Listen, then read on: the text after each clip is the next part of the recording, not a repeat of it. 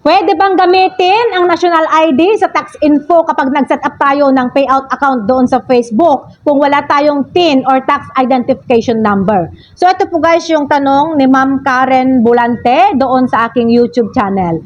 So ang sagot ko po dyan guys is hindi po. Natry ko na po yan dati doon sa account ng asawa ko. Nung una, nag-okay siya. Pero makalipas ng ilang buwan, on hold na yung earnings. Kaya kung TIN or tax identification number yung hinihingi sa atin ni Meta, yun din po ang ibigay ninyo, hindi national ID. Dahil magkaiba po ang TIN at ang national ID.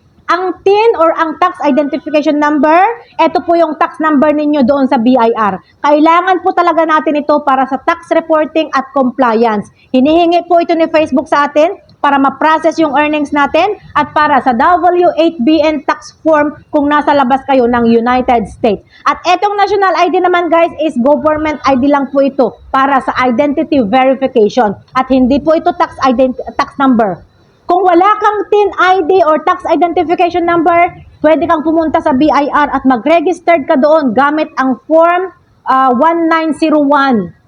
At kailangan mo dito ng valid ID. So, dito mo na pwedeng gamitin yung national ID mo para makakuha ka ng TIN ID. So, inuulit ko guys ha, para sa mga Filipino creators, importante po talaga itong W8BN form. Kaya kailangan din po natin magpasa ng tax identification number dahil yan po yung hinihingi ni Meta, hindi po national ID number. Kasi kung mali yung nilagay mo doon sa tax info mo, pwedeng ma-hold or pwedeng ma-delay ang sahod mo.